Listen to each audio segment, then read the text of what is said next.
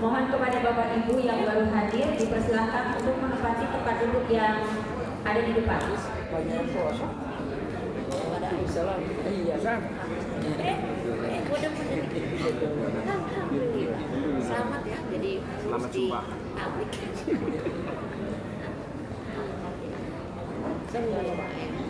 Masjid Betil.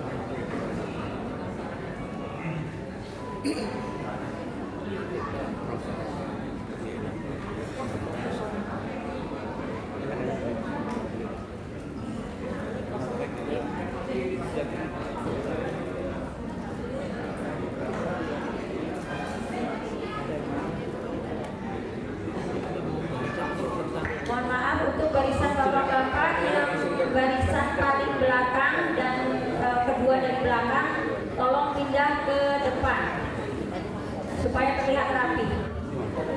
Acara segera kami mulai. Ayo, belum pernah pasukan ya? Enggak. Pusat? Ahad? Enggak rapat. Besok nggak rapat kan? Enggak. Saya Nggak apa-apa, aku di Atanwir pengajian. Di setiap kalau nggak ada kita Aisyah deh, nggak ada orang. Iya. Jadi aku udah dari pasar bilang sama masalah ada di sini, nggak apa-apa. Kita beli Jakarta Pusat, ayo kita majuin. Nah besok kalau pakai lagi Alphard tidak boleh bayar. Kan aku udah ngomong kemarin ya. Iya, musik beranian itu harus ada. Kalau anak ngomong, Mulai. Bismillahirrahmanirrahim. Assalamualaikum warahmatullahi wabarakatuh. Alhamdulillahilladzi arsala rasulahu bil huda wa dinil haq liyudhhirahu 'ala dini kulli wa kafaa billahi shahidan. Wassalatu wassalamu ala Muhammadin wa ala alihi wa sahbihi ajma'in. Amma ba'du. Yang sama-sama kita hormati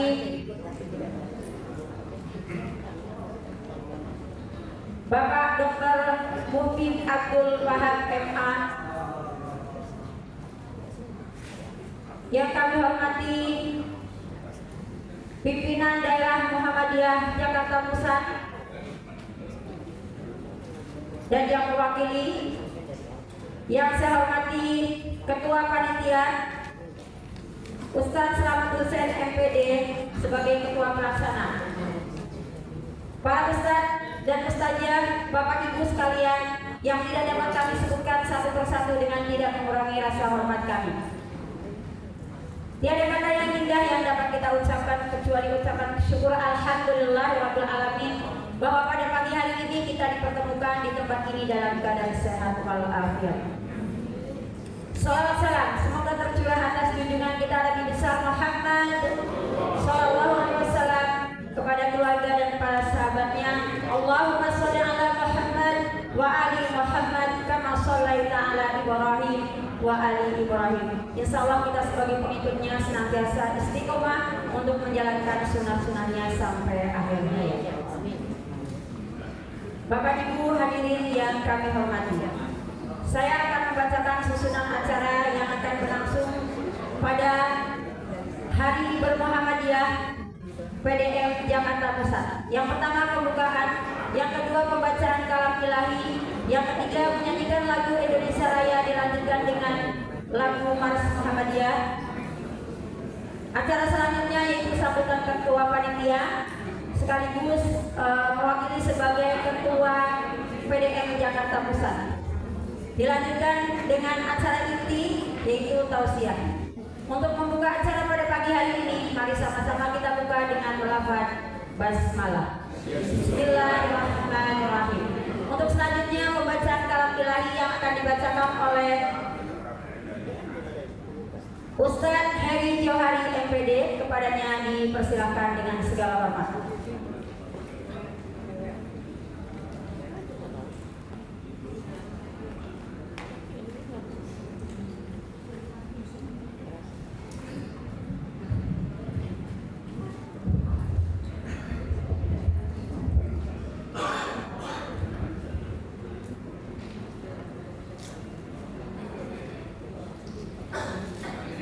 Assalamualaikum warahmatullahi wabarakatuh. Salam.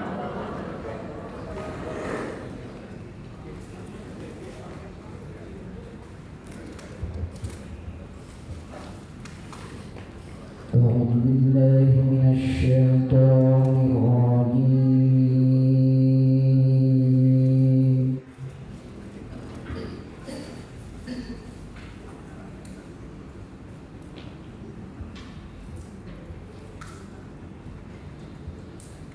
بسم الله الرحمن الرحيم.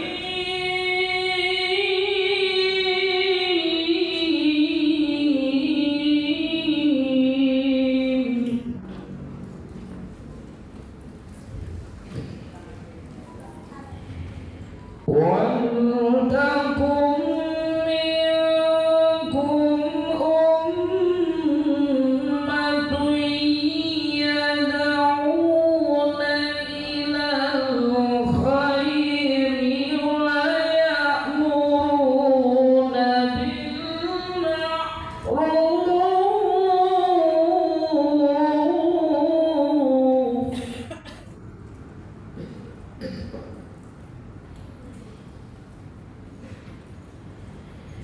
ولتكن منكم أمة يدعون إلى الخير ويأمرون بالمعروف وينهون عن المنكر وأولئك هم المفلحون.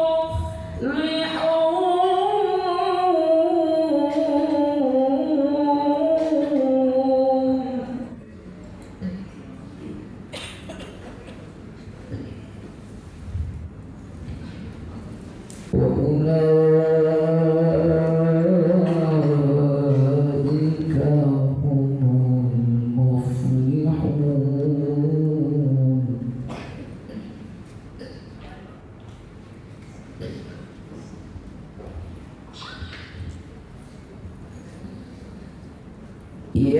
يدعون إلى الخير ويأمرون بالمعروف وينهون عن المنكر وأولئك هم المفلحون.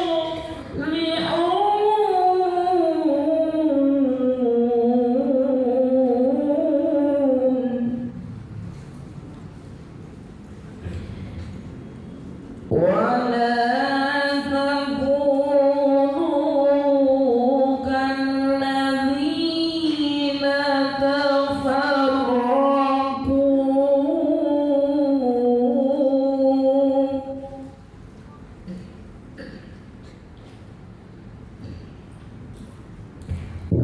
واختلفوا من بعد ما جاءهم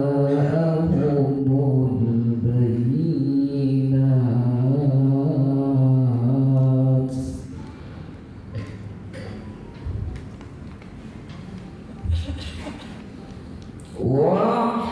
واختلفوا من بعد ما جاءهم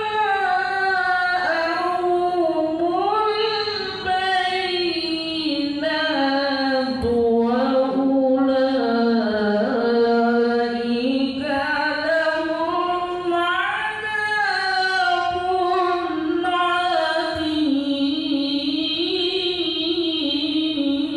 عظيم. وأولئك لهم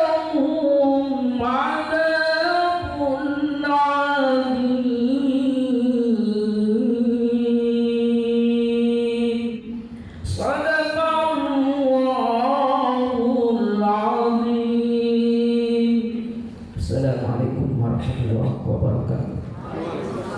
Assalamualaikum warahmatullahi wabarakatuh. Sadaqallahul azim, maha benar Allah dengan segala firman-firman-Nya. Terima kasih jazakallah disampaikan kepada Ustaz Heri yang sudah membacakan ayat-ayat Al-Quran. Insya Allah kepada yang membaca dan kita yang mendengarkan mendapat jalan rahmat dari Allah Subhanahu Wa Taala. Untuk selanjutnya menyanyikan lagu Indonesia Raya dilanjutkan dengan Mars Muhammadiyah yang akan dipimpin oleh Ibu Ima Khairunisa. Kepadanya dipersilakan.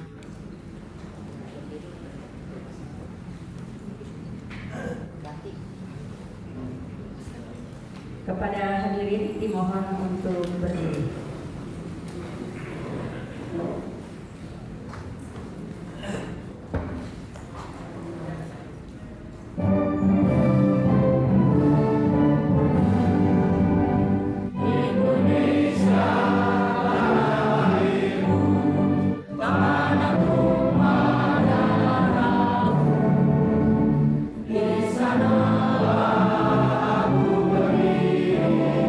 Jai Manu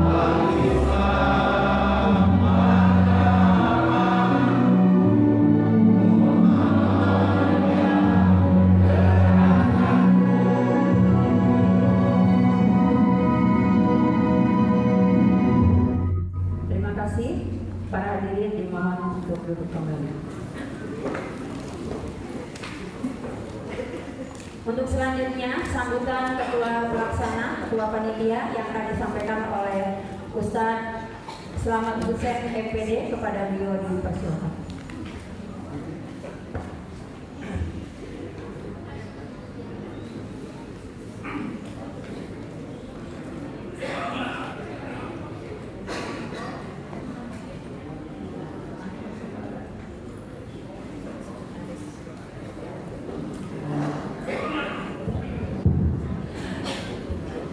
Assalamualaikum warahmatullahi wabarakatuh.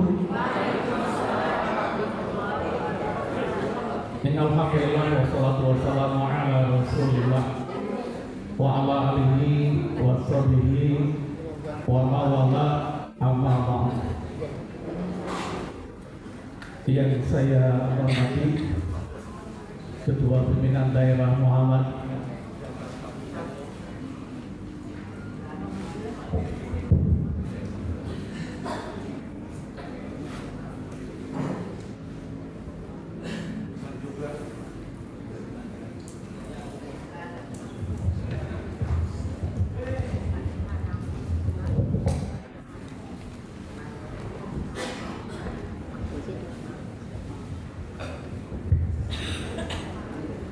yang saya hormati pimpinan daerah Muhammadiyah Jakarta Pusat dan juga teman-teman dari pimpinan daerah yang lainnya yang hadir pada kesempatan pagi hari ini. Alhamdulillah ada Pak Ustadz Suhur Samin MA, ada Pak Haji Zazuli PPD, kemudian ada Pak Ustadz Hafiz, kemudian ada Pak Suryana, alhamdulillah ada Pak Muhtaro. Alhamdulillah bagian besar pimpinan daerah itu hadir pada pengajian pada kesempatan pagi hari ini. Kemudian yang terhormat pimpinan wilayah Muhammadiyah Jakarta yang saat ini hadir.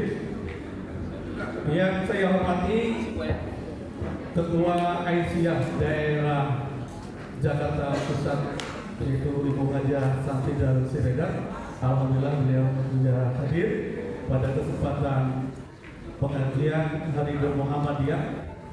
Dan saya hormati yaitu para pimpinan cabang se-Jakarta Pusat, ranting se-Jakarta Pusat, kemudian ortok dan juga para kepala sekolah di lingkungan AUM, baik dari tingkat SD sampai SMA, dan juga para dewan guru di tingkat AUM yaitu pimpinan daerah Muhammadiyah Jakarta Pusat. Dan juga yang saya hormati, alhamdulillah narasumber kita yang sudah hadir pada kesempatan pagi hari ini yaitu Bapak Prof. Dr. Haji Muhyiddin Abdul Wahab MA yang akan memberikan yaitu materinya pada kesempatan pagi hari ini. Yang pertama tentunya kami sebagai Ketua Pelaksana pengajian bulanan pimpinan daerah Muhammadiyah Jakarta Pusat sekaligus Hari Muhammadiyah tentunya mengucapkan terima kasih kepada yaitu para jamaah sekalian yang telah hadir walaupun suasana hujan. Selamat datang kepada Pak Bang Bantri, Ketua PDM Jakarta Pusat. Walaupun suasana hujan, tetapi tentunya kita tidak katakanlah tetap bersemangat dalam menghadiri pengajian bulanan pimpinan daerah Muhammadiyah Jakarta Pusat.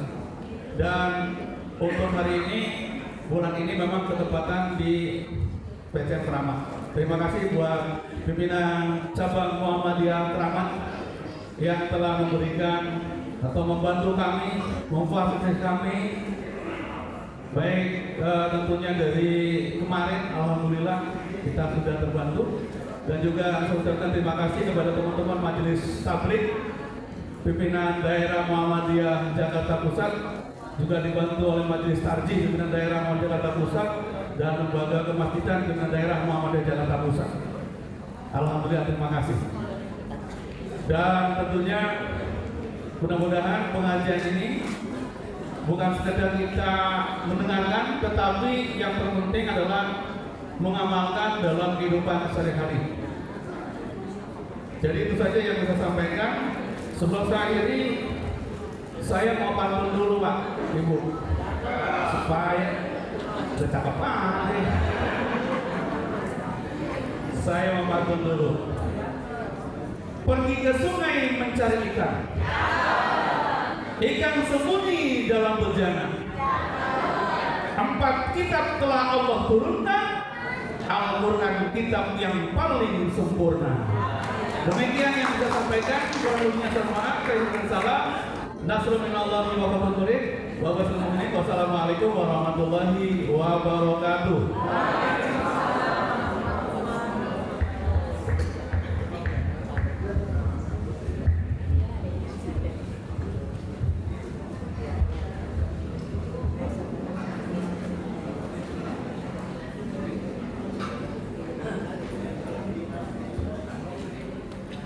Terima kasih disampaikan kepada Bapak Ustaz Slamet Hussein yang sudah memberikan kata sambutannya sebagai Ketua Pelaksana. Untuk selanjutnya sambutan dari Ketua PDM Jakarta Pusat kepada Bapak Bambang Tripurnomo MPD, kami persilakan.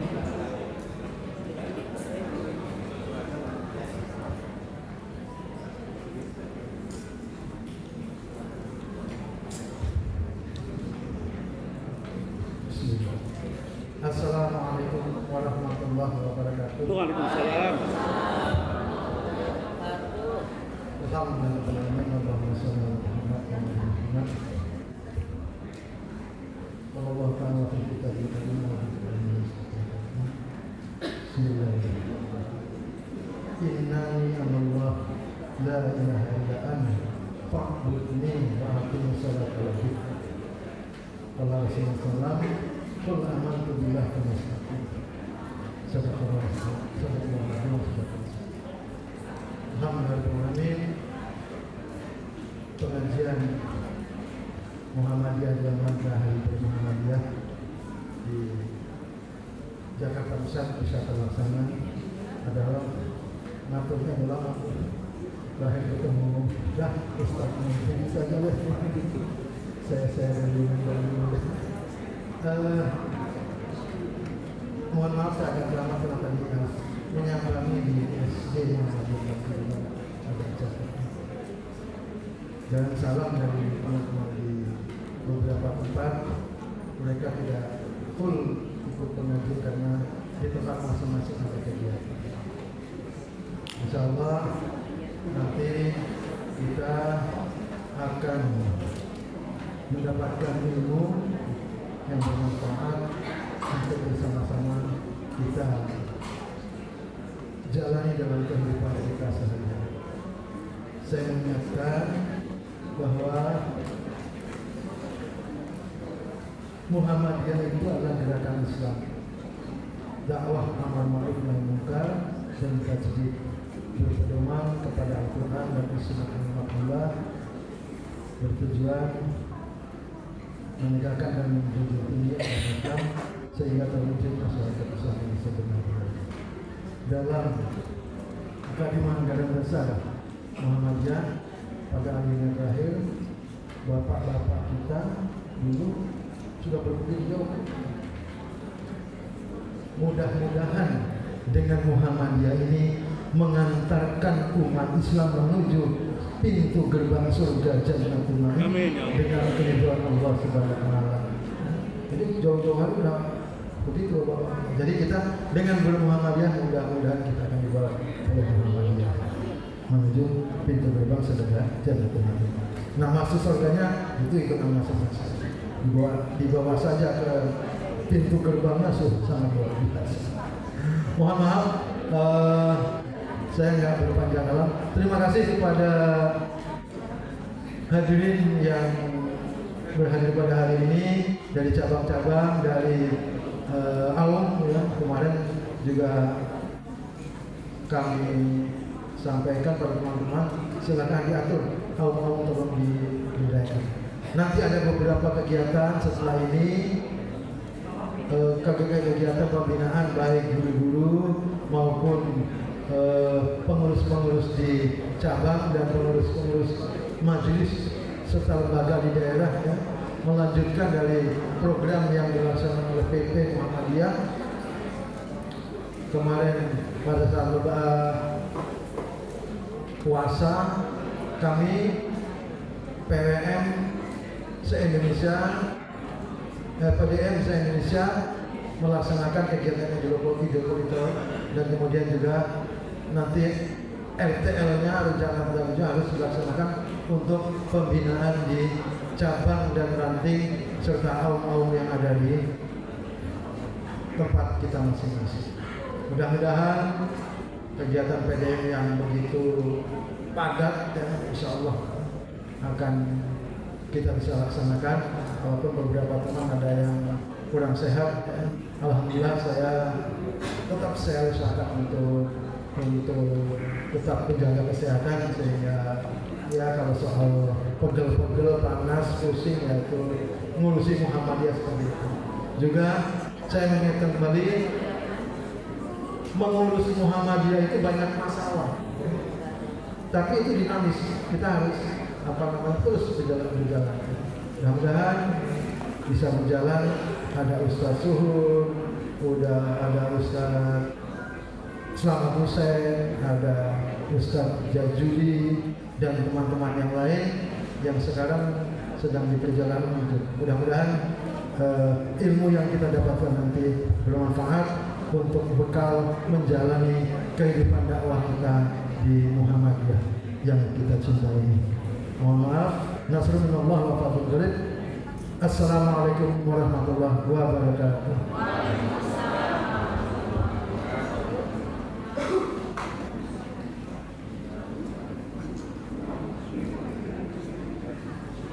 Terima kasih disampaikan kepada Bapak Bambang Tripurnomo MPD yang sudah memberikan kata sambutannya sebagai Ketua PDM Jakarta Pusat. Mohon maaf, sebelum acara inti sedikit ada pantun.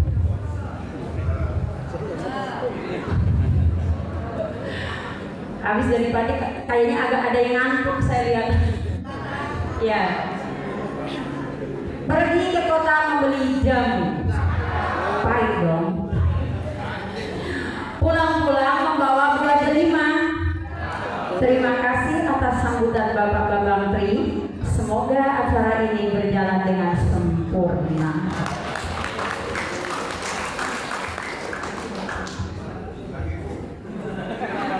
Masih ngantuk?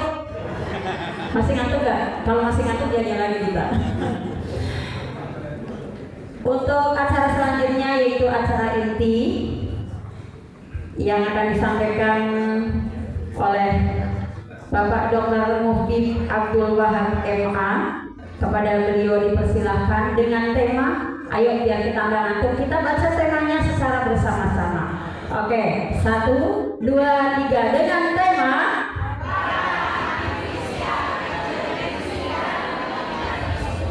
mewujudkan kesolehan pribadi dan sosial. Beri tepuk tangan buat kita bersama. Oke, kepada beliau dipersilakan.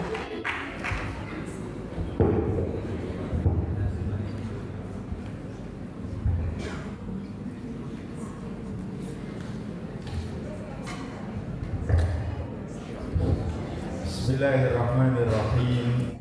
Assalamualaikum warahmatullahi wabarakatuh. Alhamdulillahirabbil alamin wal aqibatu lil muttaqin wala udwana illa 'alal zalimin. Wassalatu wassalamu ala asyrafil anbiya'i wal mursalin Muhammadin wa ala alihi wa sahbihi ajma'in. Amma ba'd. Yang saya hormati, saya salah tulis ternyata PDM bukan PWM ya. Yang saya hormati Ketua PDM Jakarta Pusat ya, dan para Ketua Pimpinan Daerah Aisyah beserta jajarannya, para pengurus, para panitia dan hadirin yang saya hormati yang tidak bisa saya sebutkan satu persatu. Sebelum saya menyampaikan yang saya sudah siapkan, PowerPoint ini sekitar 53 slide, kira-kira 5 SKS lah. Tapi nanti kita banyak yang lewati ya. Izinkan saya membalas pantun pembawa acara tadi ya. Cakep. Ya. Kita mulai dengan pergi ke pasar pramuka beli ijazah.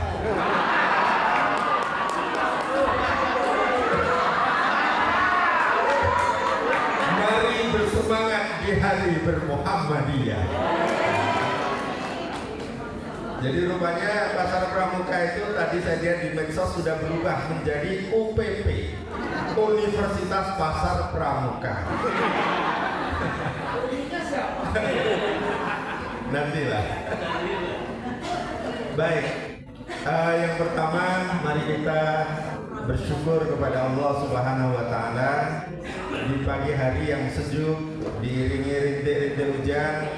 Alhamdulillah kita bisa hadir di tempat ini untuk bermuhammadiyah, untuk saling belajar, berdiskusi, membincang tentang peran artificial intelligence. Ini saya tulis versi Inggrisnya karena kalau tadi itu artificial intelligence ya, jadi kayaknya nggak enak ya.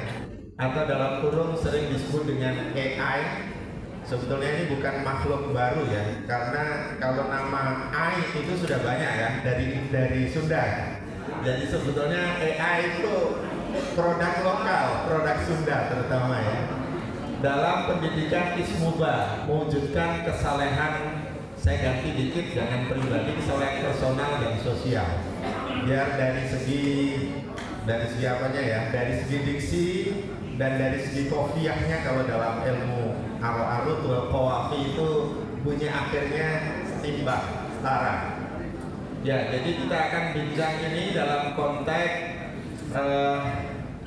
pendidikan ismuba, al-Islam, kemuhammadian dan bahasa Arab. Yang kedua, sholawat dan salam kita sampaikan kepada junjungan Nabi kita, teladan kita semua, baginda Rasulullah Muhammad Sallallahu Alaihi Wasallam beserta keluarga, para sahabat dan pengikut.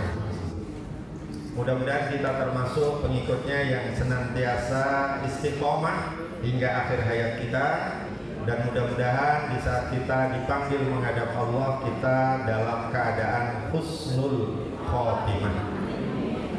Bapak Ibu sekalian, topik ini berat sebetulnya karena memang bahas, kalau dalam penelitian Pak Suhur barusan tulis tesis, ini banyak variabelnya nih. Ada variabel AI, ada variabel pendidikan ismuba, ada mewujudkan kesolehan personal dan sosial. Ada 3 variabel dan ini memang minimal ditulis untuk level tesis atau disertasi, kira-kira seperti itu. Namun demikian, kami berharap topik ini menjadi bahan kita ngaji bersama, diskusi bersama, dan kita pahami bersama-sama. Next, diawali dengan prolog bahwa memang kita sekarang ini hidup di era digital, era di mana kemajuan teknologi informasi dan komunikasi tidak bisa dielakkan lagi. Perkembangannya sangat cepat, sangat pesat, dan juga sangat hebat. Kita tidak membayangkan dulu itu bisa komunikasi tanpa kabel. Saya masih ingat waktu awal mahasiswa itu kalau mau nelpon ke kampung halaman itu harus menggunakan telepon pinggir jalan yang kadang-kadang ngantri dan pakai koin. Sekarang udah nggak ada lagi dia. Di saat itu kita juga merasa kesulitan untuk bisa misalnya dapat transferan uang dari kampung kecuali lewat wesel. Jadi wesel itu termasuk makhluk yang paling ditunggu oleh mahasiswa ketika akhir bulan, biasanya begitu ya, pakai wesel. Sekarang sekali klik lewat m-banking, apa yang kita mau kirim ke anak kita atau saudara kita itu seketika sampai. Jadi luar biasa. Namun kemajuan di bidang teknologi informasi dan komunikasi ini punya dampak ganda, positif dan negatif. Positifnya apa? Kita bisa dengan cepat mencari dan peroleh informasi yang kita perlukan. Jadi sekarang ini kalau kita mau tahu kondisi Israel setelah dihujani rudal oleh Iran, tinggal klik aja di YouTube ya. Baik menggunakan bahasa Indonesia, bahasa Inggris, apalagi bahasa Arab. Saya itu kalau mengikuti itu kewalahan betul. banyak sekali perkembangan dan perubahan yang begitu cepat. Itu positifnya. Kita sudah bisa minta bantuan ChatGPT, ini bagian dari AI ya, untuk berbagai keperluan kita. Jadi kalau kita mau khutbah di mana, kita bisa manfaatkan itu. Klik aja, tulis misalnya kesolehan sosial, nanti muncul apa yang kita perlukan. Tinggal kita pilih. Kita juga bisa belanja online. Gara-gara all shop itu marak, sekarang banyak hypermarket atau supermarket itu tutup. Karena apa? Biaya sewanya mahal, biaya pegawai yang melayani belanja juga mungkin mahal, untungnya mungkin tidak bisa mencukupi, akhirnya tutup. Dan karena tutup maka diganti dengan online dan warung Madura. Sekarang yang hidup tuh warung Madura di mana-mana, setiap jengkal ada warung Madura. Karena warung Madura itu kelebihannya bukannya bukan hanya 24 jam, tapi sampai hari kiamat katanya begitu. Kan ada di panduknya tiap hari ya. Dulu saya pernah diminta untuk menjadi penulis khutbahnya Menteri Sosial Bakhtiar Hamzah. Sekarang mungkin udah nggak laku kali ya, karena bisa digantikan oleh ChatGPT. Tinggal menunjuk staf yang dianggap ahli dan memanfaatkan itu. Itu positifnya, dan masih banyak positif lagi. Negatifnya apa? Kemajuan teknologi itu kerap disalahgunakan oleh orang-orang yang tidak bertanggung jawab. Orang-orang yang niatnya memang dari awal itu untuk berbuat jahat. Cybercrime. Saya kemarin hampir saja ketipu, tapi alhamdulillah masih diselamatkan oleh Allah. Ada 2 orang yang ngaku dari pegawai kantor kecamatan untuk meminta saya mengisi identitas kependudukan digital. Saya dalam hati ini kewajiban, keharusan atau hanya pilihan? Akhirnya saya mencoba datang ke kantor kecamatan Sawangan karena saya tinggalnya di Sawangan, dan ternyata pihak kecamatan mengatakan kami tidak pernah meminta warga kami lewat lewat HP gitu ya untuk melakukan pendataan itu. Itu sifatnya opsional, pilihan saja. Kalau mau ya monggo, enggak ya enggak apa-apa. Dan untungnya kalau itu jadi ketipu, semua data-data pribadi kita bisa diambil, bahkan isi dari rekening kita bisa dikuras habis. Jadi banyak sekarang cybercrime itu yang memanfaatkan teknologi. Bahkan penipuan-penipuan di media sosial itu begitu marak.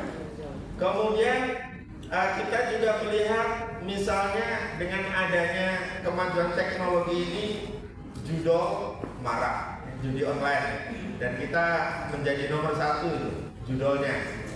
Pinjol juga sudah banyak memakan korban. Dan yang tidak kalah pentingnya adalah konyol. Satu lagi ini saya tambah, konyol ya. Korupsi nyolong secara online, gitu kan? Itu kan banyak kan? Jadi kurang itu online ya. Jadi fenomena seperti ini semakin membuat kita umat Islam Indonesia harus semakin waspada. Karena apa? Karena ternyata kemajuan teknologi itu tidak selamanya digunakan untuk kebaikan. Bukan untuk fastabiqul khairat, tapi justru fastabiqul ma'asi wal munkarat. Nah, kira-kira begitu, untuk kemaksiatan dan kemungkaran. Next. Nah, pertanyaan pemantik diskusi kita pada pagi hari ini adalah, apakah pendidikan Ismuba, Al-Islam, Kemuhammadiyah dan Dasaran di lembaga pendidikan Muhammadiyah masih dipandang sangat penting, kurang penting, atau bahkan hanya sekedar aksesori? Nah, kami melihat secara umum keberadaan 3 mapel ini, Ismuba ini, kelihatannya kurang penting. Bahkan barangkali hanya sekedar mapel identitas saja. Buktinya apa? Kalau di kampus-kampus, di perguruan tinggi ya, kalau di madrasah kita belum terlalu bisa mengukur, ini nanti perlu diteliti Pak Sur ya. Mereka yang kuliah di Muhammadiyah itu konon 60-70% itu bukan warga Muhammadiyah, katakanlah warga sebelah. Setelah belajar Ismuba, kayaknya militansi keaswadaan mereka semakin tinggi dan tidak berubah menjadi Muhammadiyah atau minimal tidak membenci Muhammadiyah, katanya begitu. Karena itu maka menurut hemat saya ismuba itu masih menjadi problematik. Apakah materinya yang kurang menarik, cara penyampaiannya yang kurang menggelitik dan mencerahkan, atau pandangan orang, pandangan murid-murid kita, mahasiswa kita terhadap ismuba itu ya hanya sekedar mata kuliah lengkap atau pelajaran lengkap saja. Nah ini penting kita diskusikan nanti. Yang kedua, jika masih dipandang sangat penting atau sekurang-kurangnya penting, bagaimana kurikulum ismuba dirancang menarik, mencerdaskan dan memberi sibghah Muhammadiyah, warna, celupan. Ya, ini penting karena lembaga pendidikan kita itu harus menyiapkan calon lulusan yang memang betul-betul punya warna Muhammadiyah. Bukan sekedar kuliahnya di Muhammadiyah, tapi kepribadiannya tidak menjadi kepribadian Muhammadiyah. Kemudian yang ketiga, karena keberadaan AI itu merupakan sebuah keniscayaan, tidak bisa dielakkan. Bagaimana kita memanfaatkan dan mengintegrasikan AI dalam proses pendidikan ismuba sehingga outcome produk lulusan dari pendidikan Muhammadiyah ini memiliki kepribadian Muhammadiyah dalam bentuk kesolehan personal dan sosial. Jadi 3 pertanyaan ini perlu dijawab melalui riset Pak Suhur Samil ya. Karena apa? Karena ini perlu jawaban segera dan jawabannya nanti untuk kepentingan pengembangan ismuba di lembaga pendidikan ini. Next, ini yang nanti akan kita bahas ya. Ya lanjut aja next ya. Ini warnanya terlalu mencolok. Next, ini sudah. Kita mulai dari apa tantangan yang akan kita hadapi di era AI atau digital ini. Ada 4 yang disinyalir oleh para ulama di bidang media dan di bidang teknologi. Yang pertama apa yang disebut dengan volatility atau at-taqallub, perubahan yang cepat dan tidak stabil. Kita bisa menyaksikan dulu ketika kita naik tol itu kadang-kadang ketika mau bayar itu supirnya agak berhenti lama kalau melihat penerima bayaran atau yang jaga di situ tuh cantik ya Pak Suhur ya. Sekarang udah nggak pernah ketemu lagi karena semuanya sudah berbasis cashless, pakai kartu kan gitu kan. Berarti apa? Profesi sebagai juru terima bayaran di gardu-gardu tol itu sudah hilang, sudah nggak ada. Begitu cepat. Sekarang setiap kali transaksi itu sudah serba cashless. Saya ngirimi anak saya yang sedang nyantri di FBS itu nggak perlu datang ke sana, hanya cukup transfer melalui cashless dia. Dan itu juga memudahkan para santri, memudahkan transaksi yang ada di lingkungan pesantren, sehingga uang misalnya tidak gampang hilang kalau cash ya. Kemudian santri terkontrol karena misalnya dalam 1 hari itu maksimal dibatasi belanjanya hanya 20.000. Jadi kalau dulu pernah dibebaskan, orang tua mengeluh karena anaknya ada yang belanja sampai kalau pas lagi pengen apa gitu sampai 50.000. Ya bisa tekor bandar nih kalau sehari 50.000 kali 1 minggu kali 7, 5 kali 7 sudah 350.000. Belum lagi SPP dan uang-uang lainnya. Jadi perubahannya itu luar biasa cepat. Karena itu maka kita harus memiliki kompetensi beradaptasi, menyesuaikan diri dengan perubahan yang ada. Menyesuaikan diri itu bisa artinya kita ikut perubahan atau kita berusaha untuk tidak dipengaruhi secara langsung oleh perubahan itu. Karena itu ke depan kita harus berusaha untuk bisa memiliki kemampuan mengantisipasi apa yang akan terjadi, memprediksi. Ya. Yang kedua, Adam At-Ta'qi, sulit diprediksi secara akurat. Dan karena itu kita harus memiliki kemampuan untuk keterampilan untuk berusaha membaca tanda-tanda zaman. Saat ini lembaga pendidikan kita Ini sudah banyak yang mengeluh, anak-anak itu malas baca buku. Anak-anak itu maunya mainnya game aja. Dikit-dikit buka HP mereka. Bahkan ketergantungan terhadap gadget, terhadap HP itu luar biasa tinggi. Di beberapa sekolah, contoh yang saya bisa sebut di sekolah anak saya sebelum ke pesantren, itu dari kelas 5 kalau tidak salah kemarin diwajibkan punya tab yang sudah diisi buku-buku digital, e-book. Apa yang terjadi? Ternyata tab yang dipakai itu bisa untuk mengakses internet yang lain, website yang lain, sehingga anak-anak cenderung malas lagi belajar, cenderung mainnya game, buka yang ya katakanlah yang bisa menghibur mereka. Awalnya tab ini dirancang agar konsep pendidikannya tidak sekedar transfer of knowledge, tapi juga ada unsur hiburannya, edutainment. Tapi dalam kenyataannya yang banyak tainmentnya, hiburan-hiburannya daripada pendidikannya itu sendiri. Itulah yang terjadi di dunia saat ini. Maka televisi pun kalau kita lihat sudah banyak yang belum tikar. Apakah kita masih suka nonton TV? Rasanya sudah tidak. Diganti dengan HP, dengan berbagai fitur yang begitu lengkap. Yang ketiga, complexity.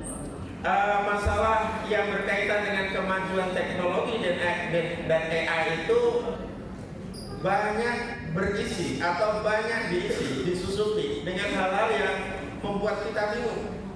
Rupanya selama 10 tahun berkuasa, presiden yang sekarang masih tetap ingin jadi presiden itu mainannya di sini. Segala hal serba menggunakan buzzer dan influencer. Segala hal ditentukan oleh opini yang dibentuk melalui influencer dan buzzer mereka. Yang kemudian dalam bahasa agama, yang salah bisa dibuat jadi benar, yang benar bisa dibuat jadi salah. Itu kenyataan yang ada. Karena itu kita harus memiliki kompetensi untuk membaca fakta, data, dan informasi secara kritis dan cermat. Kemudian yang keempat yaitu ambiguity. Kita dalam banyak hal kadang-kadang salah membaca dan memprediksi seseorang. Siapa yang menyangka dulu orang yang dianggap populis, merakyat, humanis, ternyata kelakuan dan perilakunya sangat bengis. Dulu siapa yang menyangka ternyata masuk gorong-gorong itu adalah awal segalanya, gitu kan? Dulu sih kelihatannya wah ini luar biasa mau menyelesaikan masalah, tapi dalam kenyataannya silakan aja dicek semuanya, apa yang disampaikan, apa yang dijanjikan, apa yang dulu pernah menjadi andalannya nggak ada satupun yang terbukti dilaksanakan dengan baik. Semuanya diingkari, semuanya dikhianati, sementara utang kita semakin membumbung tinggi, sistem demokrasi kita rusak, konstitusi kita ditabrak, dan seterusnya. Next, ini tantangannya ya. Berikutnya, next. Ini sekedar informasi saja bahwa kita sekarang hidup di era di mana antara dunia nyata dengan dunia digital itu kadang-kadang bertolak belakang luar biasa. Sebut saja misalnya tidak hanya di Indonesia ya, di luar juga ada ya model seperti ini, transformasi berbasis internet atau berbasis digital ya. Yang kita sangat-sangat terpukau itu adalah bahwa Gojek misalnya itu perusahaan transportasi terbesar tapi tidak memiliki kendaraan. Betul kan? Kendaraannya dimiliki oleh masing-masing. Sementara dahulu orang kalau ingin kaya melalui transportasi harus punya banyak taksi, banyak bis, banyak kendaraan berat dan sebagainya. Ini nggak perlu itu. Demikian juga Facebook atau YouTube. Pemilik media paling populer di dunia ini tidak membuat konten, tapi yang ngisi kontennya itu adalah para Facebooker, kita. Tapi mereka menikmati keuntungannya dari iklan. Iklan Facebook itu termasuk yang sangat tinggi dan mahal ya. Demikian juga Alibaba ya. salah satu pengecer atau lembaga nirlaba retail yang paling berharga di dunia, tapi tidak memiliki inventaris. Dia hanya memiliki otaknya saja, bagaimana bisnis itu dijalankan. Demikian juga Airbnb, ya, itu the world largest accommodation provider. Ya, kalau di Indonesia ada Traveloka, ada apa yang menyediakan fasilitas bagi kita untuk membooking hotel, tempat-tempat penginapan dan sebagainya, yang mereka ambil keuntungannya dari jaringan, dari penguasaan dunia maya. Padahal mereka nggak punya hotelnya, nggak punya homestay-nya dan seterusnya. Banyak sekarang bisnis itu merambah di dunia seperti itu. Itulah tantangan yang juga nanti akan dihadapi oleh anak-anak kita ke depan. Kalau kita lihat kemarin misalnya di Bekasi ketika ada pameran tenaga kerja ya, atau pameran kerja, yang datang yang menyerbu dan ingin melamar itu ada lebih dari 25.000. Berarti banyak perguruan tinggi kita itu menghasilkan lulusan yang dalam tanda petik masih nganggur atau masih menjadi pengangguran intelektual, kira-kira begitu. Next. Halo. Oke. Baik, ini kita lewati saja. Memang kita sekarang hidup di era 5.0, era society. Setelah kita merasa dalam tanda petik dihegemoni oleh kemajuan digital, kita ingin kembali ke jati diri kita. Era society itu intinya adalah bagaimana kita menjadi manusia yang utuh, bagaimana kita tidak dijajah oleh teknologi. Itu inginnya seperti ini. Walaupun ketergantungan kita terhadap teknologi itu cukup besar. Bahkan kadang-kadang ada yang mengatakan ketinggalan HP itu lebih berbahaya dan lebih dianggap kehilangan segalanya daripada kehilangan istri nggak ikut ke mana. Bahkan HP itu lebih istri statusnya, kelihatannya seperti itu. Itu kenyataan yang ada. Next, ini nanti silakan dibaca sendiri. Data pengguna internet ini juga nanti silakan dibaca. Tapi pada intinya poinnya bahwa bisnis di bidang ini sekarang luar biasa dan penggunanya semakin hari semakin meningkat pesat. Ini berarti sekali lagi dunia kita sekarang lebih banyak terhubung secara digital daripada secara manual. Segalanya sekarang serba bisa diakses, serba bisa terhubung connectivity dengan layanan digital atau dengan internet. Bayangkan kalau misalnya internet itu sehari mati saja di Indonesia, bisa kelihatannya dunia ini gelap. Saya mendengar gara-gara serangan rudal-rudal yang luar biasa dari Iran, internet di Israel itu juga sempat mati katanya, sehingga mereka kelabakan. Dan kemudian kelihatannya kita doakan saja semoga Israel dan Netanyahu segera kolaps, segera kalah gitu, supaya dunia ini menjadi aman dan damai gara-gara ada dia. Oke, next. Terus ini kita lewati terus saja, nanti silakan dibaca sendiri data-data ini, silakan. Tapi sekali lagi bisnis di bidang ini, di bidang industri digital ini luar biasa. Next. Terus saja. Oke, kita mulai dari sini. Bapak Ibu sekalian, pendidikan kita, pendidikan Muhammadiyah itu termasuk salah satu institusi pendidikan Islam di Indonesia yang kategorinya tertua, walaupun tidak paling tua. Yang paling tua itu adalah pesantren. Pesantren tertua di Indonesia itu didirikan pada abad ke-15. Katanya yang tertua itu ada di daerah Jawa Tengah, di Kebumen. Tapi saya belum pelacak pesantrennya masih hidup apa tidak. Terus tertua kedua itu ada di Sidogiri, Pasuruan, atau ada di Ponorogo, pesantren Ki Ageng Besari. Tapi katanya sudah tidak berlanjut. Kemudian yang kedua ada madrasah.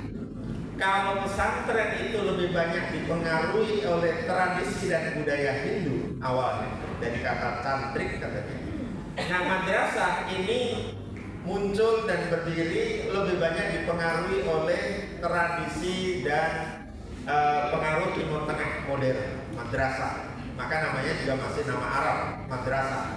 Lalu yang ketiga sekolah, dari kata school, bahasa Belanda atau bahasa Inggris. Nah, lembaga yang namanya sekolah ini lebih banyak dipilih oleh Muhammadiyah. Walaupun madrasah kita juga punya, pesantren juga punya. Pada awalnya Kiai Ahmad Dahlan tahun 1918 itu mendirikan apa yang disebut dengan Al-Qismul Arqa. Itu sebetulnya lebih merupakan cikal bakal pesantren pada waktu itu. Dan bedanya dengan yang lain, Al-Qismul Arqa ini sistem pendidikannya integratif, memadukan antara mata pelajaran keislaman, al-ulum al-islamiyah, al-ulum asy-syar'iyyah, dan sains modern, al-ulum al-asriyah. Nah, itulah bedanya dengan pesantren pada umumnya dan juga bedanya dengan sekolah. Jadi keberadaan Muhammadiyah sebetulnya dari awal oleh Kiai Ahmad Dahlan itu didesain untuk mengintegrasikan, merangkul dan menyempurnakan kekurangan sistem pendidikan yang lain. Jadi sistem pendidikan Muhammadiyah itu bersifat holistik integratif. Next. Nah, kalau saya gambarkan holistik integratifnya Muhammadiyah itu seperti ini. Tapi sebetulnya ide ini mungkin tidak ada di Muhammadiyah secara umum. Ide ini saya ambil dari buku Falsafatut Tarbiyah Al-Islamiyah yang ditulis oleh Profesor Dr. Majid Mirsan Al-Kailani. Dia mengatakan bahwa mengembangkan lembaga pendidikan itu harus menempatkan manusia baik sebagai perancang, pendesain kurikulumnya, kurikulum pendidikan, sebagai pendidik maupun sebagai murid itu di tengah. Posisinya harus menjadi sentral dan harus bisa mengintegrasikan relasi dengan lima relasi di atas. Pendidikan itu harus mampu membuat manusia punya hubungan yang dekat dengan Allah, kemudian dengan masyarakat, kesamping kanan, dengan alam raya, dengan kehidupan dunianya dan dengan kehidupan akhiratnya. Seperti apa model pengembangan pendidikan yang holistik integratif ini? Next. Ini penting kita pahami pertama, yaitu pendidikan yang idealnya menghasilkan lulusan yang memiliki 5 kesadaran. Tadi kan ada 5 kesadaran apa? Pertama, kesadaran ketuhanan. Nanti saya jelaskan. Yang kedua, kesadaran kemanusiaan. Yang ketiga, kesadaran kealaman. Yang keempat, kesadaran keduniaan dan kesadaran keakhiratan. Ini mungkin belum ada yang pernah dengar istilah ini, tapi ini sengaja saya buat dan saya tulis di pengantar kurikulum pendidikan pesantren. Kebetulan saya termasuk tim pengembang dan akhirnya yang merapikan kurikulum pesantren Muhammadiyah. Kita mulai dari yang pertama, pendidikan holistik integratif di Muhammadiyah itu idealnya mampu membuat kita peserta didik dan tentu pendidiknya juga memiliki relasi yang kuat dan dekat dengan Allah Subhanahu wa Ta'ala. Relasinya itu dalam bentuk apa? Dalam bentuk ta'abbudiyah atau ibadah. Artinya apa? Lembaga pendidikan itu harus bisa membuat peserta didik atau muridnya itu taat beribadah, tulus dalam beribadah. Sehingga dengan demikian pada relasi yang pertama ini yang harus dikembangkan adalah relasi teologis dan religius, literasi teologis dan religius. Bila perlu kata Ustaz Sur ya, murid-muridnya itu harus terlatih juga membaca kitab gitu ya, membaca kitab yang berisi tentang nilai-nilai Islam, syariat, fikih, atau dimulai dari akidah, ya, syariat, akhlak dan seterusnya. Yang kedua, relasi manusia dengan sesama, relasi dengan masyarakat tadi. Relasi yang kedua ini intinya adalah bagaimana lembaga pendidikan yang holistik integratif itu bisa menghadirkan, melahirkan lulusan yang perilakunya nanti menunjukkan penerapan keadilan dan semangat berbuat ihsan, berbuat baik. Ini yang kemudian disebut dengan alaqatul adli wal ihsan. Inilah mengapa kalau Bapak Ibu pelajari sejarah, mengapa Khalifah Umar bin Abdul Aziz itu menyarankan, ini sejarahnya ya, menyarankan para khotib Jumat sebelum turun mimbar di khutbah kedua diakhiri dengan baca apa? Innallaha ya'muru bil adli wal ihsan ila akhiril ayat. Sejarahnya begini rupanya. Ini mungkin sebagian kita belum tahu. Di masa Khalifah Umar bin Abdul Aziz, para khotib itu cenderung maki-maki oposisi dan memuji-muji penguasa, gitu kan? Menjilat-jilat penguasa. Bagi Khalifah Umar bin Abdul Aziz ini nggak sehat, ini nggak fair, nggak bagus. Pesannya terlalu subjektif. Maka beliau menulis surat kepada para khotib di masjid-masjid negara, masjid-masjid yang masjid-masjid Kementerian Agama lah kalau di Indonesia gitu ya. Lalu dalam surat itu berisi, mulai besok Jumat jangan lagi khutbah itu diakhiri dengan menjilat-jilat penguasa, mencaci maki para oposisi atau yang anti pemerintah, kira-kira begitu. Bacalah ayat yang ada di surat An-Nahl tadi. Innallaha ya'muru bil adli wal ihsan. Jadi secara sosial pendidikan itu harus menghasilkan lulusan yang alumninya harus mampu menegakkan keadilan dan mampu berbuat baik juga. Saya sangat salut itu pengacara tipu UGM itu Ahmad Khozinuddin itu begitu berani dan powerful dia menerjemahkan ini kira-kira luar biasa ya. Katanya itu warga Muhammadiyah. Enggak ada yang tahu. Oke, jadi intinya di poin yang kedua ini kita harus mengembangkan literasi sosiologi, politik, ekonomi, hukum, dan budaya agar kita tidak gagal di bidang sosial, agar kita bisa bergaul dengan orang yang mungkin beda agama, sebagaimana dulu Jadi Ahmad Dahlan juga sering berkomunikasi, berinteraksi dengan yang tidak seagama. Yang ketiga, ini yang sangat penting, relasi manusia dengan alam. Relasi manusia dengan alam itu sering disebut sebagai alaqatut taskhir wa ta'mir. Relasi dalam rangka taskhir. Di Quran itu banyak sekali ayat-ayat yang dimulai dengan wasakhkharakum wasakharallahu lakum syamsa wal qamar. Sakhorna lakum apa gitu ya. Itu banyak sekali. Maknanya sebetulnya sederhana, menundukkan. Tapi menundukkan berbasis ilmu, menundukkan dengan ilmu pengetahuan, sains dan teknologi. Apa yang dimaksud dengan menundukkan? Menundukkan di sini adalah menguasai hukum-hukum kausalitas yang diberlakukan oleh Allah di alam raya ini. Contoh, kita nggak bisa terbang karena kita tidak seperti burung. Kita juga bukan ikan yang bisa hidup di air terus. Tapi kita bisa menundukkan udara dengan membuat yang namanya pesawat, dengan melawan gaya gravitasi, sehingga pesawat meskipun berat, gunung besi jadi disebutnya, tetap bisa terbang. Itu namanya taskhir. Itu menundukkan. Air itu pasti mengalir ke tempat yang lebih rendah. Semakin banyak air yang mengalir, debitnya itu pasti semakin cepat dan semakin bisa mengikis yang dilalui. Orang kemudian berpikir bagaimana menundukkan air. Dibuatlah bendungan.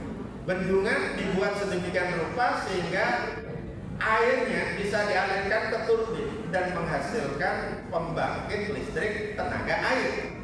Itu namanya taskhir. Itu namanya taskhir. Sekarang langit kita, bukan langit ya, langit kita, laut kita sudah dikapling-kapling dan sudah ditempati aneka segala hal.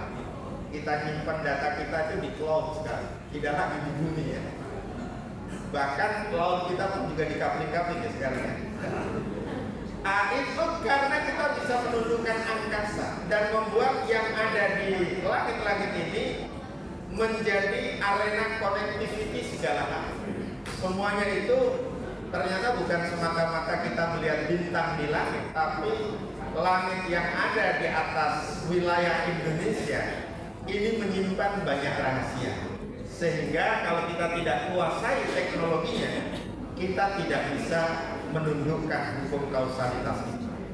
Jadi intinya adalah bahwa lembaga pendidikan kita harus mampu mengembangkan literasi sains, literasi bidang ilmu pengetahuan, agar, nah ini menarik nih, di buku yang saya baca, tafsir yang kita lakukan itu membuat kita tidak tunduk kepada alam, tetapi justru tunduknya kepada zat yang menciptakan alam. Dulu orang itu kan sering tunduk atau dibuat tunduk dengan alam, oleh alam. Apa cirinya, buktinya? Banyak orang yang kemudian karena ada rasa takut, ada rasa kekuatan magis dari alam, akhirnya orang kemudian menyembah alam. Orang melakukan sedekah bumi, sedekah laut, larung sesaji dan segalanya. Yang itu semuanya sebetulnya kalau didekati dengan pendekatan ini, yaitu tafsir, mestinya tafsir itu membuat tauhid kita menjadi semakin murni. Dan pada akhirnya ketika tafsir itu berhasil kita lakukan, kita bisa mewujudkan yang namanya ta'mir. Ta'mir itu artinya membuat kehidupan ini menjadi makmur. Kalau kita bisa menguasai hutan kita, mestinya hutan itu memberi kemakmuran pada kita. Kalau kita bisa menguasai pertambangan nikel, mestinya nikel kita tidak banyak lari ke Cina, tidak banyak diselundupkan oleh pejabat kita. Kalau kita itu menguasai teknologi di bidang pertambangan emas, saya baca tadi malam, satu hari itu Freeport bisa memproduksi 240 ton emas. Mestinya rakyat kita itu jangankan hanya 1-2 kilo, 1 kuintal emas pun mestinya kebagian kalau kita yang mengelola. Itu gara-gara pendidikan kita belum sampai sini, belum mampu tafsir dan ta'mir. Ini nanti kalau dikaji satu poin ini jadi satu disertasi sendiri, Pak Sur. Jadi pada intinya itu. Dan lawannya, kebalikannya, agar tafsir dan takmir itu sukses, kita dilarang mengeksploitasi dan merusak. Ya, wala tufsidul arda ba'da islahiha wa ahsin kama ahsanallahu ilaik wa la tabghil fasad fil ardh. Itu intinya. Sehingga kita harus memiliki kesolehan ekologis, bukan hanya kesolehan teologis. Yang miris, saya lupa tadi di tas saya itu saya bawa buku baru. Ada judulnya kesolehan personal tapi kafir digital, katanya begitu, istilahnya begitu ya. Nah, jangan sampai kita memiliki kesolehan teologis tetapi pada saat yang sama kita kafir ekologis, ikut mendukung perusakan alam.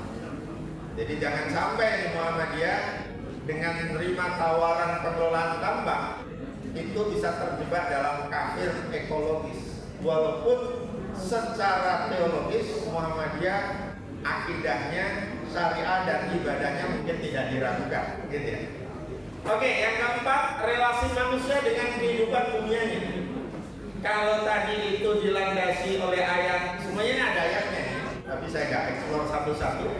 Yang keempat ini ayatnya ada di surat Al-Mulk. Alladzi khalaqal mauta wal hayata liyabluwakum ayyukum ahsanu amala. Jadi esensi relasi manusia dengan kehidupan dunianya itu adalah alaqatul ibtila wal munafasah. Kita hidup ini sedang dan akan terus diuji oleh Allah. Diuji itu bukan berarti negatif. Justru diuji itu agar kita naik kelas, agar kualitas hidup kita semakin meningkat.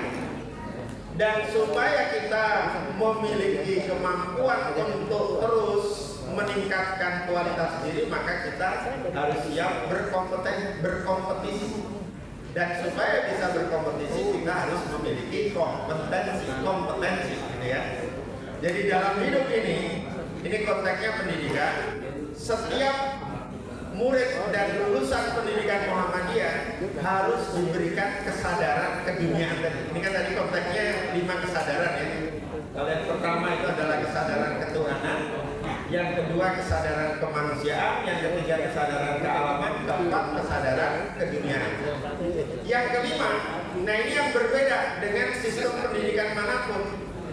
sistem pendidikan Muhammadiyah harus menyadarkan peserta didik atau calon lulusannya agar memiliki al-imanu bil yaumil akhir, biyaumil akhir atau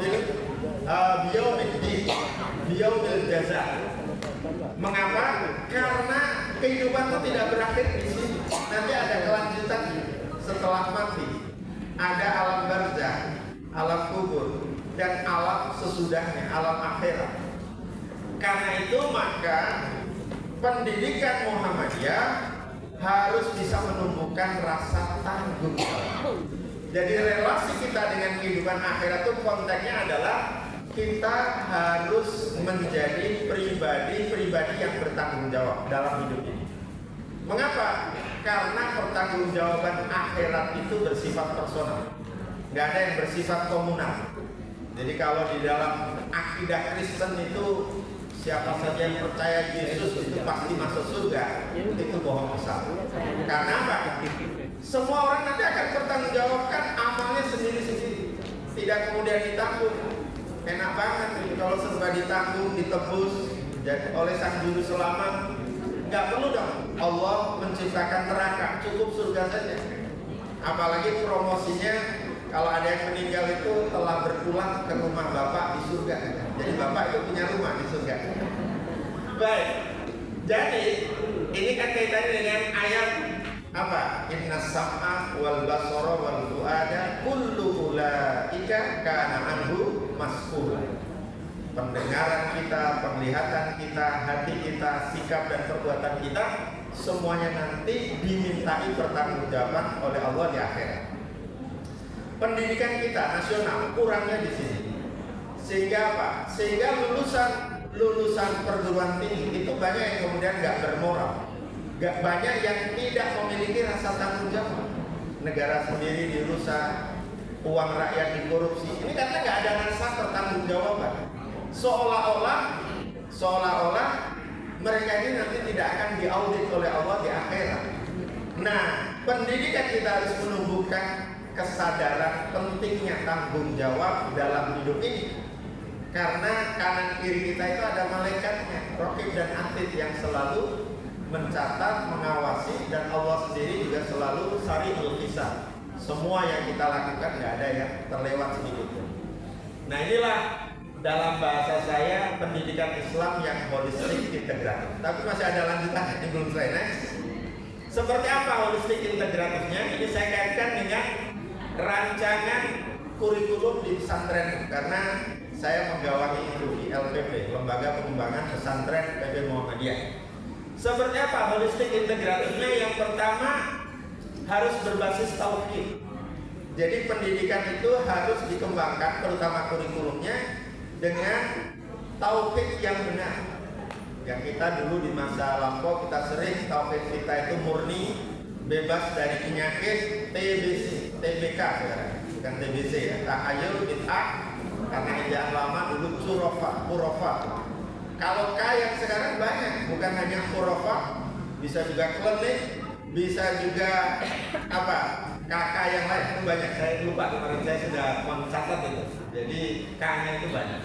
Yang kedua holistik integratif tujuannya sesuai dengan doa sapu jagat kita.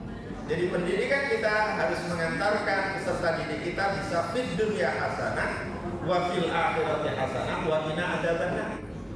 Dan yang ketiga holistik integratif yang dikaji dan dikembangkan. Jadi harus ada perpaduan 3 ayat, bukan 2 saja, 3 ayat Qur'aniyah atau qauliyah, ayat kauniyah, ayat-ayat semesta, ayat-ayat yang ada di alam raya, dan yang ketiga ayat insaniyah, kemanusiaan. Karena Qur'annya menyuruh kita wa fi anfusikum afala tubsirun, dan terhadap dirimu sendiri manusia, apakah engkau tidak absara yusiru, bukan melihat saja. Absara yusiru itu bisa artinya mengkaji, mendalami, mengambil pelajaran, dan sampai kepada internalisasi nilai. Jadi misalnya kalau kita ibsor kepada peredaran darah kita, itu maknanya apa? Oh, maknanya bahwa manusia itu di dalam dirinya ada elemen yang selalu bertasbih, bertawaf, yaitu darah. Darah kita itu terus mengaliri tubuh kita. Kalau berhenti, basah, kan gitu kan? Detak jantung itu selalu berdetak selama kita masih hidup. Itu berarti ada di dalam diri kita kekuatan yang tidak bisa diintervensi oleh kita. Berarti itu menunjukkan kemahabesaran Allah Subhanahu wa Ta'ala. Oke, berikutnya holistik integratif, proses pembelajarannya mulai dari pendekatan, metode, media, dan evaluasi. Kita umumnya, terutama kalau saya ambil yang terakhir, evaluasinya itu cenderung bersifat parsial, hanya melalui ulangan yang tertulis, tidak pernah menjangkau aspek moralnya misalnya, atau kurang lah ya, dan hanya cenderung mengandalkan atau menitikberatkan pada aspek kognitifnya, aspek afektif dan psikomotorik serta akhlaknya tuh. Yang berikutnya holistik integratif, dimensi pengembangannya tidak hanya kognitif, afektif, psikomotorik, tapi juga iman, ilmu, amal soleh, Islam, iman, dan ihsan. Karena kita punya banyak trilogi ini. Berislam itu harus berbasis iman yang kuat supaya bisa menghasilkan ihsan, perilaku yang ihsan. Beriman harus berilmu agar iman yang ilmiah itu bisa menghasilkan amal yang soleh, bukan amal yang salah, Bapak Ibu ya. Yang berikutnya holistik integratif dalam pengembangan SDM. Yang tadi saya sebut dengan 5 kesadaran tadi, dengan Allah kesadaran ketuhanan, dengan sesama manusia kesadaran kemanusiaan, dengan alam semesta kesadaran kealaman, dengan hidup di dunia kesadaran keduniaan.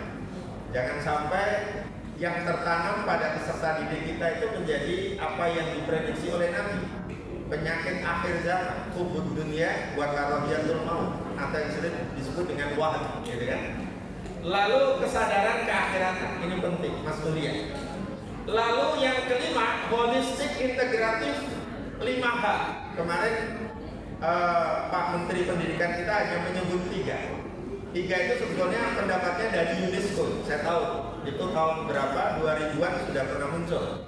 Yaitu yang pertama biasanya disebut yang HIP dulu, intelektualitas, kemampuan berpikir.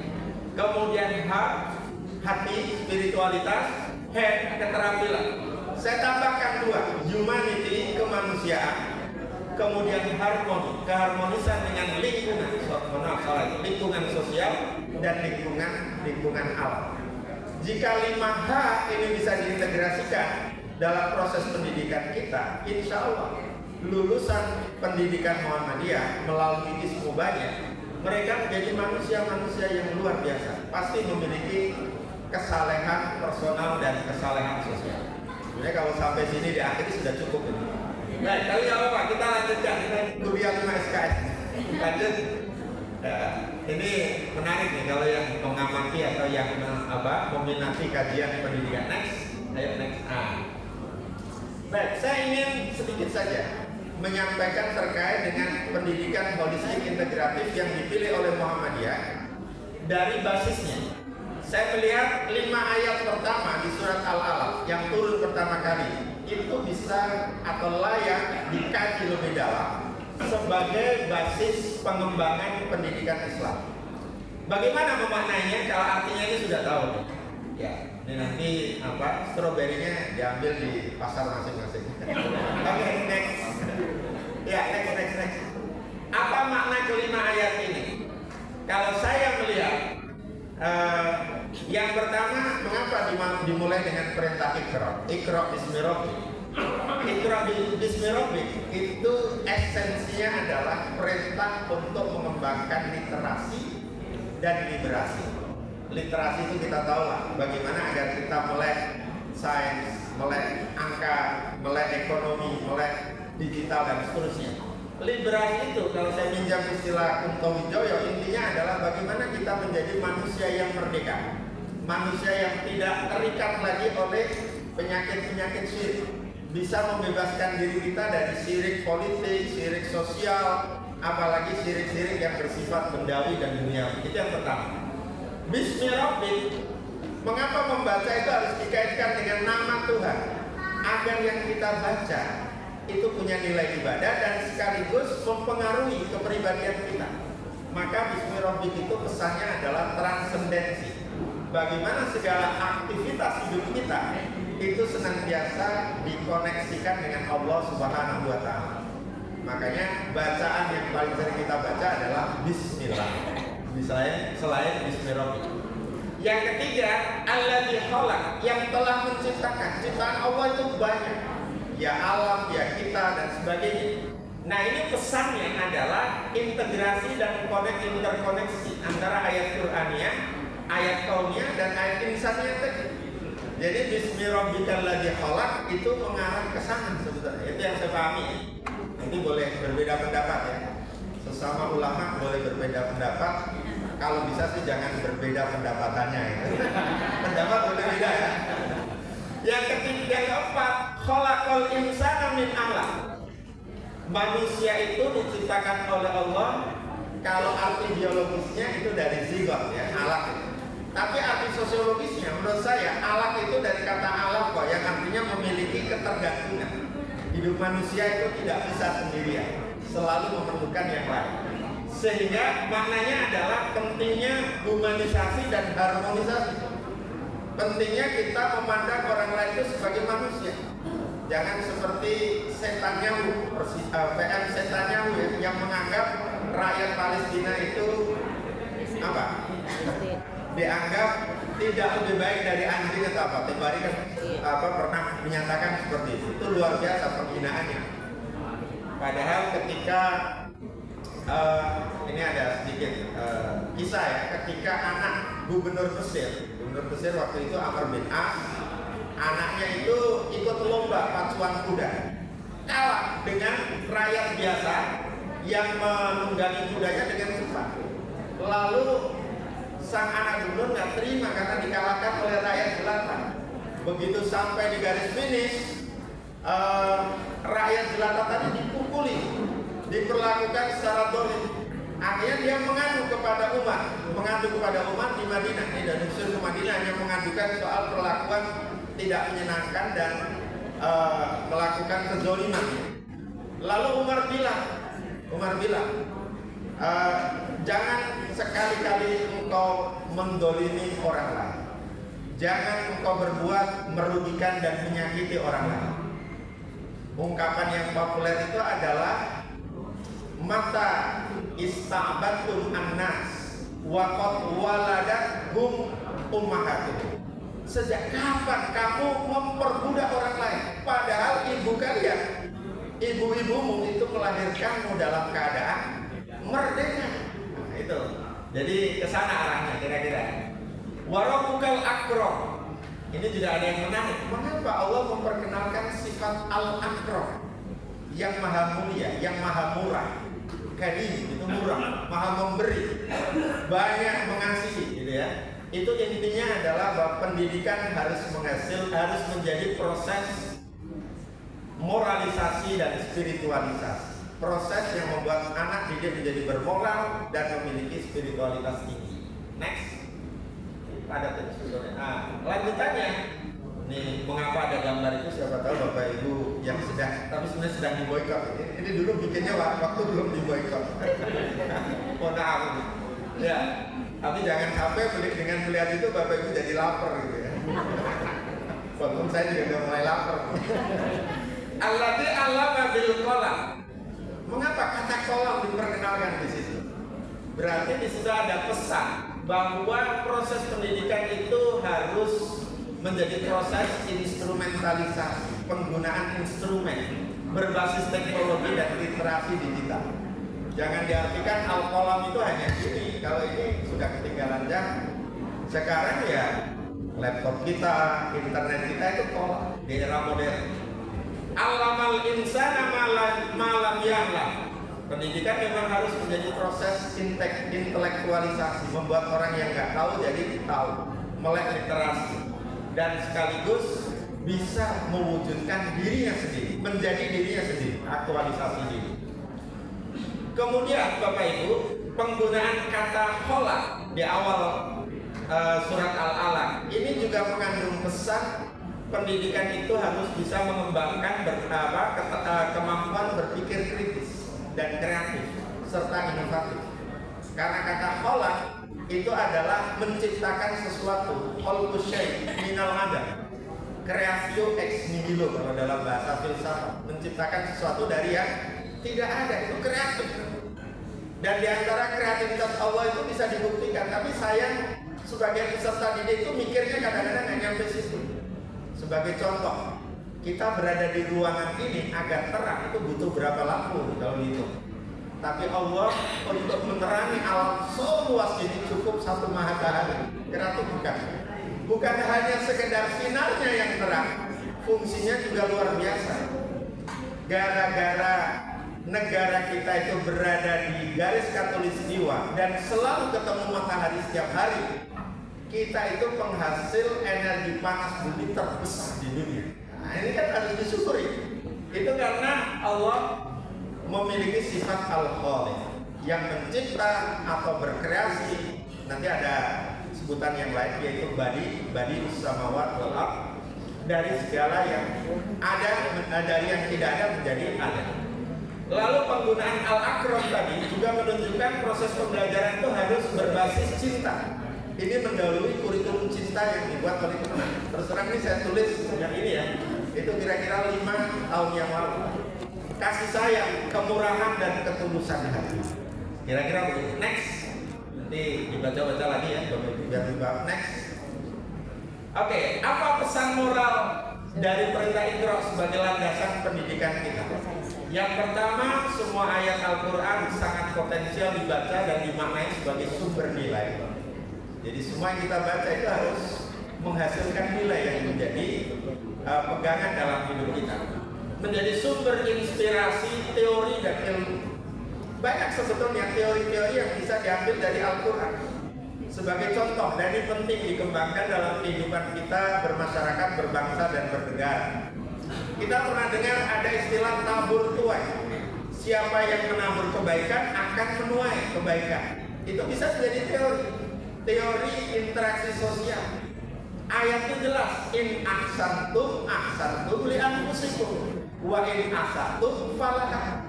Jadi kalau dulu menyakiti rakyat, suatu saat dia akan sakit sendiri, entah disakiti oleh rakyat atau yang lain, kan gitu ya. Dahulu setan Yahudi itu selalu menghabisi, menyakiti, mendolimi, bahkan menggenosida rakyat Palestina. Hari ini mereka merasakan. Saya kira itu akan selalu muncul. In ahsantum li anfusikum wa in asatum falaha, gitu kan. Demikian juga teori komunikasi kalau boleh kita sebut interspiritual, lintas spiritualitas. Kalau kita baca ayat fadkuruni adzkurkum washkuruni wala takfurun, arahnya ke sana. Bagaimana kita terus mengingat Allah sehingga Allah juga mengingat kita. Bagaimana kita berusaha untuk selalu bersyukur agar tidak muncul di dalam diri kita sifat kekufuran. Orang Muslim itu, orang Islam itu bisa jadi kafir nikmat, ya, kufur nikmat kan, gitu kan. Oke, yang kedua, dari